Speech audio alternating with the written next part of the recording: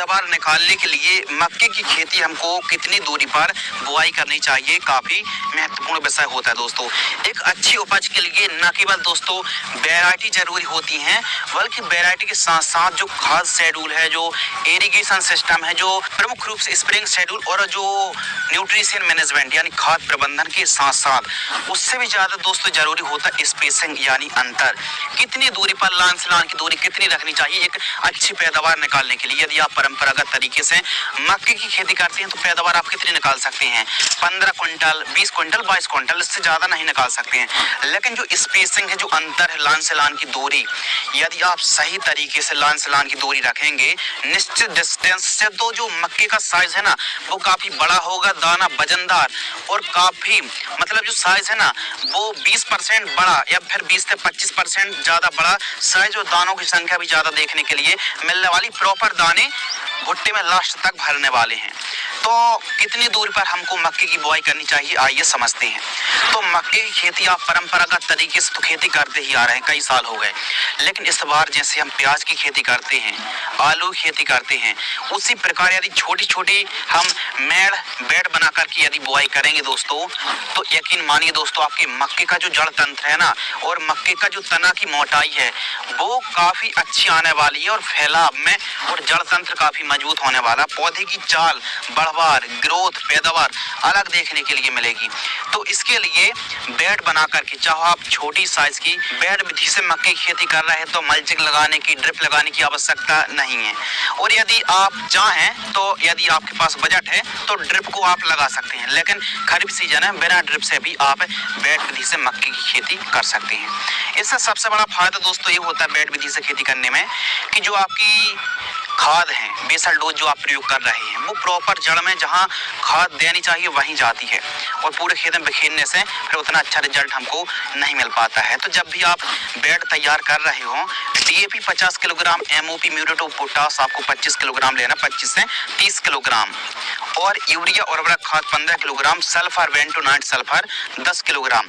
और कुछ किसानों के खेत बहुत ज्यादा हल्की भूमि या फिर कम उपजाऊ है तो फिर डीएपी तो आप ले ही रहे हैं, यदि 300 रुपये और खर्च कर लेते हैं SSP 50 kilogram single super phosphate, तो 1 एकड़ प्रयोग करने से पैदावार और अच्छी मिलेगी। अब इस कॉम्बिनेशन में nitrogen, phosphorus, potash, sulphur, calcium और बोरॉन की मात्रा है जो कि हमारी मक्के की फसल पर आवश्यक और जरूरी न्यूट्रिएंट की पूर्ति आसानी से कर देगी। तो प्रति एकड़ की दर से प्रयोग करना है, और देसी खाद में गोबर की खाद एकदम पकी हुई 2 ट्रॉली इस्तेमाल कर लेना है। अब बात करते हैं कितनी दूरी पर हमको मक्के की बुआई करनी चाहिए। तो एक अच्छी पैदावार के लिए, बढ़िया से उत्पादन बढ़ाने के लिए आपको 18 इंच पर लाइन से लाइन की दूरी 18 इंच यदि दोस्तों आप रखेंगे, 18 इंच से कम में तो बुआई बिल्कुल भी ना करें। 20 तक पहुंच जाए कोई दिक्कत नहीं, लेकिन 18 से कम बिल्कुल भी ना करें। यदि आपको यकीन नहीं होता ना दोस्तों तो 1 बीघे पर या फिर थोड़ी बहुत जगह पर 2-4 लाइन इस अंतर से बुआई करके देख लीजिए। और पौधे से पौधे की दूरी आपको 10 से 12 इंच रखनी चाहिए, यह डिस्टेंस काफी बढ़िया है। और जो गहराई है 2 से 2.5-3 इंच गहराई पर आप बुआई कर सकते हैं, 2 से 2.5 इंच गहराई बहुत है। इस हिसाब से यदि आप मक्के की बुआई करते हैं तो फिर जो पौधा है ना उसकी चाल, बढ़वार और जड़ तंत्र मोटाई आप खुद देखना, और काफी लोचता रहेगी, गिरने की समस्या नहीं आएगी। और जो भुट्टे का साइज जो है, मेन तो पैदावार है, पैदावार अच्छी मिलेगी। इसके अलावा मक्के की फसल 20-25 दिन की फसल होती है, आपको तो पता ही है कि फौलारी वर्म, थोड़ा सा जूम कर लें, ये फौलारी वर्म, इसका प्रकोप इतना ज्यादा होता है कि मक्के के भुट्टे में, तने में, पत्तों में, यानी हर एक पार्ट्स को खाने की ताकत रखती है फॉल आर्मी वर्म। और यही वो कीड़ा है जो हमारी मक्के की फसल को नेस्तनाबूद कर सकता है, 100% चौपट कर सकता है। तो इसको कंट्रोल करने के लिए दोस्तों समय समय पर आपको स्प्रे शेड्यूल चलाना पड़ेगा। और आपको पता है, यह थोड़ा सा जो जूम करें, ये फोटो आप देख रहे हैं ना, इस फसल पर, इस पौधे पर सल्फर की कमी है। तो सल्फर की कमी बेसल डोज के समय ही प्रयोग आप कर लीजिए, ताकि आने वाले समय पर 30-40 दिन में सल्फर की कमी ना हो पाए। और सल्फर से कई फायदे होते हैं, जैसे मिट्टी का पीएच को कंट्रोल करने के लिए, मिट्टी की उपजाऊ क्षमता बढ़ाने के लिए, इसके साथ साथ जो हमारी फसल है ना और उसकी रोग प्रतिरोधकता बढ़ाने के लिए और पैदावार बढ़ाने के लिए, स्वाद, टेस्ट और प्रोटीन की मात्रा बढ़ाने के लिए, टेस्ट की मात्रा बढ़ाने के लिए चमक बढ़ाने के लिए सल्फर बहुत अच्छा काम करती है। बोरॉन का भी इस्तेमाल आप पहली खाद में कर लेना। इसके अलावा जो फर्स्ट स्प्रे है दोस्तों, सभी प्रकार की बीमारियों को कंट्रोल करने के लिए, चाहे फॉल आर्मी वर्म हो, तना सड़न हो, रस्ट हो, लीफ स्पॉट हो, डाउनी मिल्ड्यू हो, व्हाइट ग्रब, यह जो समस्याएं दोस्तों आती हैं इनको कंट्रोल करने के लिए जो फर्स्ट स्प्रे है 25 दिन के आसपास की फसल होती है, बुआई से हम बात कर रहे हैं। तो फर्स्ट स्प्रे पर आपको Z78 फंगिसाइड आती है। इसमें झाइनेप की मात्रा होती है, इसको आपको 40 ग्राम लेना है और इसके साथ एसिटामिप्रिड 20% SP 10 ग्राम लेना है और एमामेक्टिन वेंजोएट 10 ग्राम, जैसे प्रोक्लेम के नाम से आता है, 10 ग्राम 15 लीटर पानी घोल करके स्प्रे करें। ज़्यादा अच्छा रिजल्ट और बढ़िया कवरेज के लिए दोस्तों आप सिलिकॉन बेस्ड चिप को स्टिकर स्प्रेडर मिलाकर स्प्रे कर लेना। 5 ml एकदम सस्ता होता है, ज़्यादा खर्च नहीं है। सिलिकॉन चिप को मिलाकर स्प्रे करेंगे तो जो दवाई का कवरेज है वो अच्छा मिलेगा और पत्तों में ठीक तरीके से फैल जाएगी।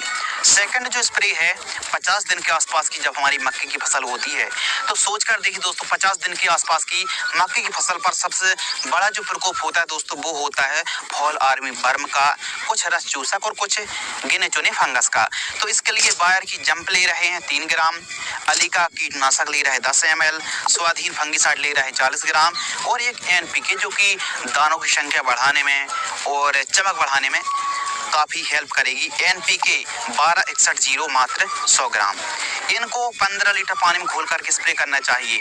थर्ड जो स्प्रे है 65-70 दिन, यही वो स्टेज है जब फॉल आर्मी वर्म का प्रकोप अपने चरम में होता है। तो इस समय एक बढ़िया वाली कीटनाशक हमको स्प्रे करनी पड़ेगी हिसाब से, क्योंकि फसल में बहुत आसानी से जाते नहीं बनता है 60-65 दिन 70 दिन की फसल में। तो आराम से स्प्रे आप कर लीजिए। NPK 0050 100 ग्राम, रोको फंगिसाइड 50 ग्राम, कोराजन और Profex super, Coragen 6 ml, Profex super 25 ml और चिलेटेड माइक्रो न्यूट्रिएंट भी ले लेना 30 ग्राम किसी बेस्ट कंपनी का। 15 लीटर पानी में घोल करके स्प्रे कर देना दोस्तों।